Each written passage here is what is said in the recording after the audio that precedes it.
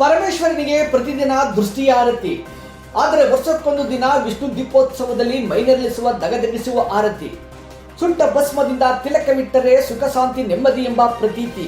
ಆನೆಯ ಮೇಲೆ ಪೌಡಿಸಿದ್ದ ವೈಕುಂಠನಾಥ, ಕುದುರೆಯನ್ನೇರಿದ ಆಂಜನೇಯ, ಬೆಟ್ಟದಲ್ಲ ಗೋವಿಂದ ಗೋವಿಂದ ಗೋವಿಂದ. ನಮಸ್ಕಾರ ಪ್ರಿಯ ವೀಕ್ಷಕರೇ, ಸಂಗ್ರಾಮ ಟಿವಿಗೆ ಸ್ವಾಗತ. ನಾನು ನಿಮ್ಮ ರಮೇಶ್ ಅರ್ಪೂರ್.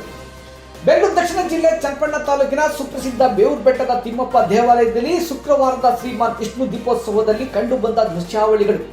ಚನ್ನಪಟ್ಟಣ ತಾಲೂಕಿನ ದಂಡಾಧಿಕಾರಿ ಮುಜರಾಯಿ ಅಧಿಕಾರಿ BN ಗಿರೀಶ್ ರವರ ಚಾಲನೆ ಹಾಗೂ ಸಮ್ಮುಖದಲ್ಲಿ ನಡೆದ ವೈಕುಂಠಾಧಿಪತಿ ವಿಷ್ಣು ದೀಪೋತ್ಸವ ಸಾವಿರಾರು ಕಣ್ಣುಗಳಿಗೆ ಆನಂದ ಅಶ್ರೋದ್ಧಾರಕ್ಕೆ ಕಾರಣವಾಯಿತು. ಮೈ ನಡುಗಿಸುವ ಚಳಿಗಾಲದಲ್ಲೇ ಆಗಮಿಸುವ ಬೇವೂರು ಬೆಟ್ಟದ ತಿಮ್ಮಪ್ಪ ಸ್ವಾಮಿಯ ದೀಪೋತ್ಸವ ಅರ್ಥಗರ್ಭಿತ ವಿಶೇಷ ಎಂದರೆ ತೆಪ್ಪೇನಿಲ್ಲ. ಸ್ವಾಮಿಗೆ ಪಾಗ್ ಸುಡುವುದು ದೀಪೋತ್ಸವದಲ್ಲೇ ಮಹಾನ್ ವಿಶೇಷ. ಪಾಗ್ ಅಂದರೆ ಸ್ವಾಮಿಗೆ ದೃಷ್ಟಿ ತೆಗೆಯುವುದು.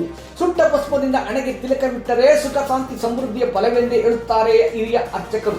ಬೇವೂರು ತಿಮ್ಮಪ್ಪ ಬೆಟ್ಟದಲ್ಲಿ ಜಾತ್ರೆಯ ಸಂಭ್ರಮ.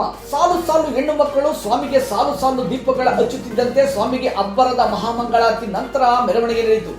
ಭಕ್ತಾದಿಗಳಿಗೆ ಅನ್ನ ಸಂತರ್ಪಣೆ ಕೂಡ ಆಯೋಜಿಸಿದ್ದರು. ಈ ಸಂದರ್ಭದಲ್ಲಿ ದೇವಾಲಯದ ಪ್ರಧಾನ ಅರ್ಚಕರು, ಬೆಂಗಳೂರು ದಕ್ಷಿಣ ಜಿಲ್ಲೆಯ ಜಿಲ್ಲಾ ಧಾರ್ಮಿಕ ಪರಿಷತ್ ಸದಸ್ಯರು, ತಾಲೂಕು ಅರ್ಚಕರ ಸಂಘದ ಅಧ್ಯಕ್ಷರು ವೆಂಕಟೇಶ್ ಬಿಟಿ, ದೇವಾಲಯದ ಪ್ರಮುಖರಾದ BV ಸತ್ಯನಾರಾಯಣ, BV ವಿನೋದ, ನಟರಾಜು, ಸತೀಶ್, ಯೋಗೇಶ್ ಗೌಡ, ದೊಡ್ಡ ಹುಚ್ಚಪ್ಪನ ಮಕ್ಕಳು ಹಾಗೂ ಕುಟುಂಬ, ಮಾಯಣ್ಣನ ಮಕ್ಕಳು ಹಾಗೂ ಕುಟುಂಬ, ಮಾಪಿಲ ಶೆಟ್ಟಿ ಮಕ್ಕಳು ಹಾಗೂ ಕುಟುಂಬ, ಬೆಟ್ಟಶೆಟ್ಟಿ ಮಕ್ಕಳು ಹಾಗೂ ಕುಟುಂಬ, ಯಾಲಕ್ಕಿ ತಿಮ್ಮಶೆಟ್ಟಿ ಮಕ್ಕಳು ಹಾಗೂ ಕುಟುಂಬ, ಸಮಸ್ತ ಕುಂಬಾರಶೆಟ್ಟಿ ಸಮುದಾಯದ ಭಕ್ತಾದಿಗಳು, ಬೇವೂರು ಹಾಗೂ ಸುತ್ತಮುತ್ತಲಿನ ಗ್ರಾಮದ ಭಕ್ತಾದಿಗಳು ಹಾಜರಿದ್ದರು.